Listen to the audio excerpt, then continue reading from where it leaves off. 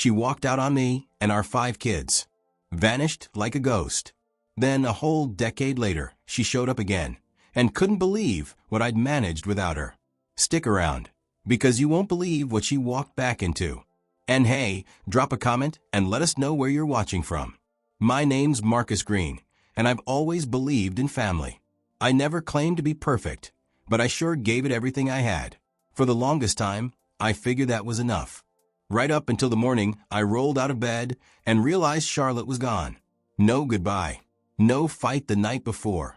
Nothing but silence and a folded-up note on the kitchen counter. 7 little words that hit like a freight train. I'm sorry, I can't do this anymore. She didn't just walk out on me. She left all of us behind. 5 kids, Liam, Zane, Maya, and the 2 littlest ones who were too young to even grasp what abandon meant. One of them was still in diapers. The other had just started kindergarten. That day, the quiet in the house felt heavier than a thunderstorm. The kids had questions I couldn't answer. Where's Mommy? Did we do something wrong? I didn't have the heart or the truth to give them. So I lied. I told them she needed time, that she still loved them, that she'd come back soon. But soon never came. Days turned to weeks. Weeks rolled into months. And Charlotte stayed gone. What followed was chaos. I had to give up one of my 2 jobs, just couldn't afford childcare anymore. Sleep became a luxury. Dinners got burned. Permission slips went and signed. But somehow we made it. Each morning started before the sun came up. Around 5 a.m., when the world was still dark and quiet, I'd shuffle into the kitchen and pour a cup of coffee, always in the same old chipped mug Charlotte used to love. That mug wasn't about her anymore. It became a symbol of what I refused to let fall apart. By 6:30, the house was alive. Pancakes sizzling on the stove. Kids hollering over bathroom turns. Maya crying because she couldn't find her favorite sock. I never did finish my coffee. But when the laughter finally bubbled up in that kitchen, it made everything worth it. At the construction site, I found a weird kind of peace. The noise, the clanging tools and roaring engines, helped quiet the storm in my head. Ethan, my supervisor, used to shake his head and say, "5 kids and you're still standing?" I'd just smile. Nobody knew I sometimes sat in my truck at lunch and cried. Liam, my oldest, became my rock. He stepped up in ways no kid ever should have to. Helping with dinner. Chasing after the little ones. Never complaining. But I could see it, the toll it took. The quiet stares. The tired eyes. Some nights, I thought I was at the end of my rope. Didn't know how I'd pay the bills. How I'd get through another school meeting solo. But then Maya would crawl into my lap, wrap her arms around my neck and whisper, "I love you, Daddy." And just like that, I had the strength to face another day. I gave up weddings, birthdays, job promotions. While my friends were building careers, I was building something else entirely. Stability from the ground up. While they climbed corporate ladders, I was tying shoes, wiping noses, and holding little hands on the walk to school. Then, 10 years after Charlotte vanished, something changed again. It started like any other Thursday. I got home, kicked off my boots, and started sorting through the usual mountain of mail, bills, junk flyers, school newsletters. And then I saw it. No return address. Just one envelope. But I'd know that handwriting anywhere. Charlotte. My heart damn near stopped. I couldn't breathe. 10 years. 10 birthdays. 10 Christmases. 10 first days of school, all without her. And now, out of the blue, she wanted to reach out. I didn't open it. Not right away. I just stared at the envelope while the kids laughed and argued behind me, fighting over the last slice of pizza. That kitchen was full of life, the life I'd built on my own. And suddenly, it felt like her letter was threatening to unravel it all. I kept the letter sealed, tucked it into my jacket pocket, right over my heart. Close enough to feel, but far enough to ignore. Every time I bent down to lift a beam or reach for a tool, I felt it pressing against my chest. Thought about reading it, then shoved the thought away. I wasn't ready. And then another curveball. Late Friday, Ethan called me into the office at the site. "Close the door," he said, grinning. "I've got something to tell you." I dusted off my hands and stepped inside. "We've been watching you," Ethan said. You show up. You work hard. You lead by example. Then he dropped the news. They were offering me the lead foreman position. I just stood there, stunned.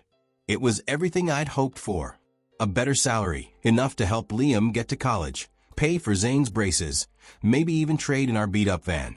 It was a kind of promotion I used to dream about when I was counting pennies and praying the lights wouldn't get shut off. But Ethan wasn't done.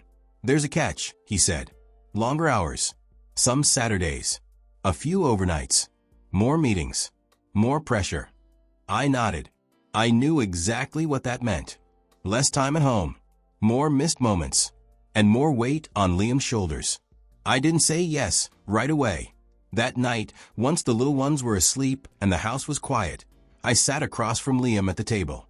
Maya's stuffed bear was lying on the couch. I looked at my son. They offered me a promotion today, I said carefully. Liam's eyes lit up. That's awesome, right? It is, I said. But it also means I'll be around even less. He paused, then smiled gently. We'll make it work, Dad. You always do. It sounded confident, but I saw what was behind those words. Liam had been holding this family together just as much as I had. That night, alone in my room, I finally opened the letter. It started out like a confession. Charlotte said she'd made mistakes, that she'd been overwhelmed, that leaving wasn't planned, it was panic. She talked about therapy, about faith, about rebuilding her life. Then she got to the point. She wanted to see the kids. Said she changed, wanted to be part of their lives again. If you can forgive me, she wrote, maybe they can too. I stared at those words, fingers tight on the paper. Liam looked at it every time we walked past. One day, Jaden asked if it actually meant anything. I told him it did, just not yet. I was waiting for the right time. Not when the dishwasher was on the fritz. Not while Sophia was down with the flu. Not when I could barely string a sentence together from exhaustion. But finally, that Sunday night, I made the decision. Dinner was quiet. Maya was absent-mindedly swirling shapes into her mashed potatoes. Jaden was chatting about a school project. The little ones were giggling over a spilled juice cup. I barely said a word. After the plates were cleared, I didn't get up. Kids, I said, keeping my tone steady. There's something I need to tell you. Liam stiffened right away. I reached for the letter and held it up. This came in the mail last week, I told them. It's from your mom. The room went still. No one moved, no one breathed. She says she wants to see you, I continued. Says she's changed. Says she's sorry. I didn't sugarcoat a thing. I read the whole letter out loud, every last word. My voice didn't waver, but my hands wouldn't stop trembling. When I finally finished, I glanced up. Liam looked pale, jaw locked tight. Why now, they asked, voice flat. Why not 10 years ago, when we actually needed her? Jaden was staring down at the table, brows drawn. Is she really coming back? He asked quietly. The younger two stayed silent. Maya pulled her knees up in the chair, like she wished she could vanish. I gave a slow nod. She reached out, I said, but nothing's set in stone. I wanted you to know first, I added, because this affects all of us. We're not some hotel she can just check back into, Liam snapped.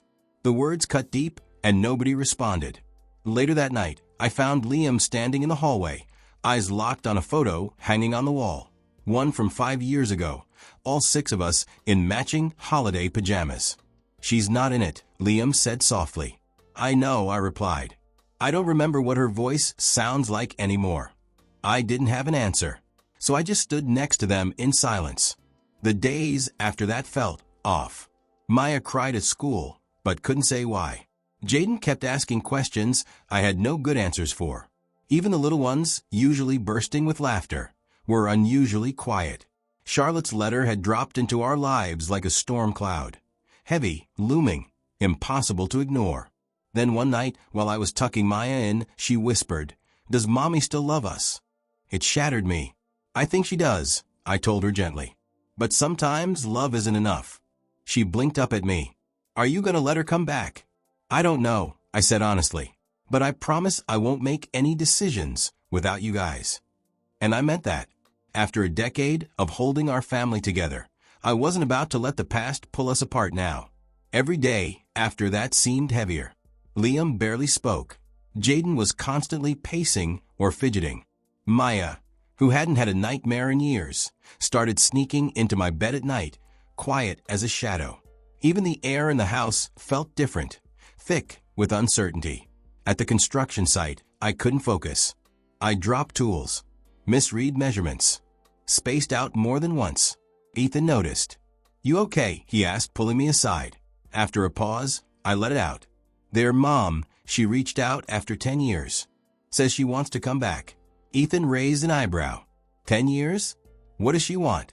"That's what I'm trying to figure out," I admitted. He didn't press, just gave me one quiet piece of advice. "Whatever you decide, protect your peace." That night, I sat alone at the kitchen table, Charlotte's letter in front of me again. The words hadn't changed, but the weight they carried, it was heavier than ever. The next morning, I called a lawyer, told him everything. How she left, how she came back, how the kids were reacting. He didn't sugarcoat anything. "You've had full custody for 10 years, he said. "She doesn't have any rights unless the court gives them back. But if she pushes, you need to be ready." That was all I needed to hear. Back at home, Liam was already one step ahead. "I found her," they said, sliding a phone across the table. I leaned in. There she was, Charlotte, smiling in photos with people we didn't know. But her captions told a different story. "Please help. Second chance. Starting over after setbacks." A GoFundMe link was pinned to her page. "She's not coming back for us," Liam said quietly. "She's coming back because she's sinking." I stared at the screen, jaw clenched. This wasn't about making things right. This was survival mode. The next day, I hired a private investigator. "I need the truth," I told him. "No guesses, no holes, just facts." He gave a nod. "You'll get it." That evening, Jaden came up to me. "Dad, if she wants to take us, can she?" "No," I said firmly. "But what if she tries?" I knelt in front of him, looked him in the eyes. "She left. I didn't. And I won't let anyone undo what we've built here." And I meant that with every part of me. That night, I checked on each of them. Liam, still awake, nose in a textbook. Jaden, twisted up in his blanket. Maya, holding her stuffed bear tight. Through everything, I'd held this family together.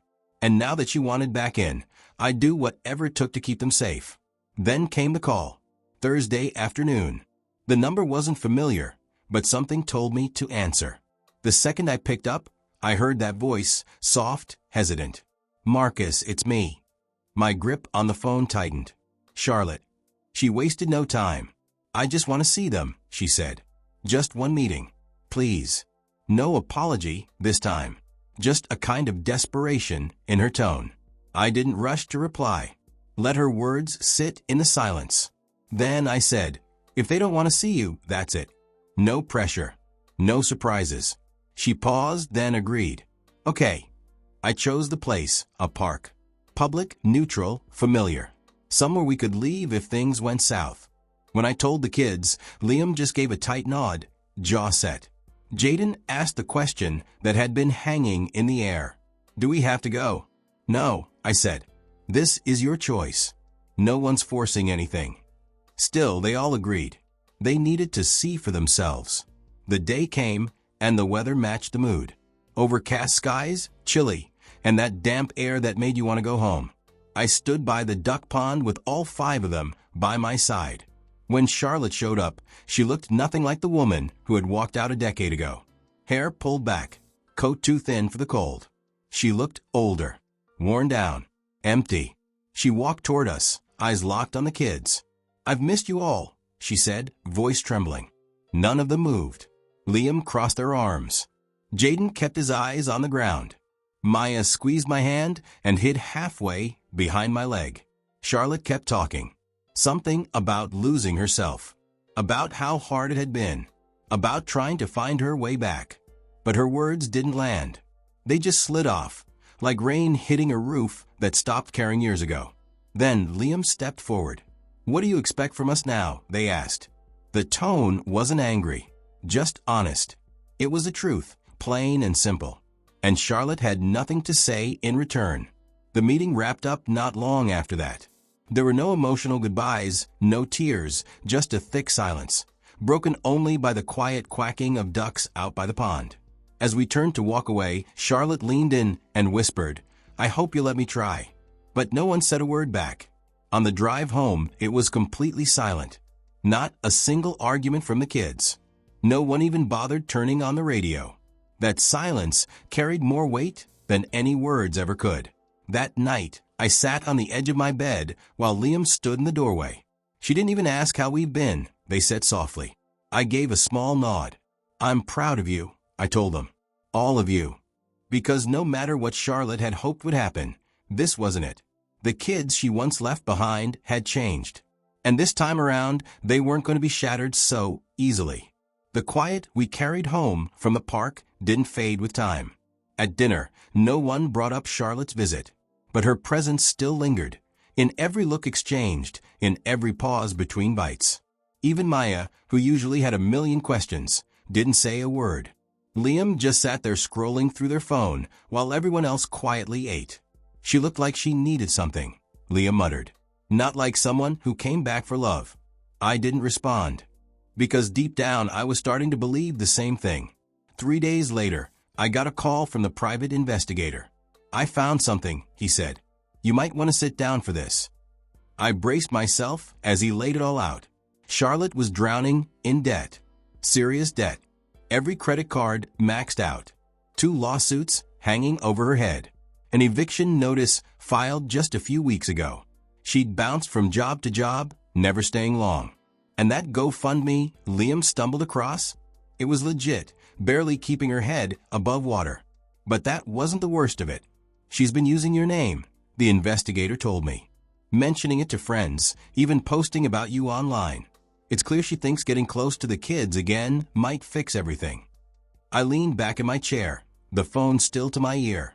And just like that, it all made sense. This wasn't about a second chance at family.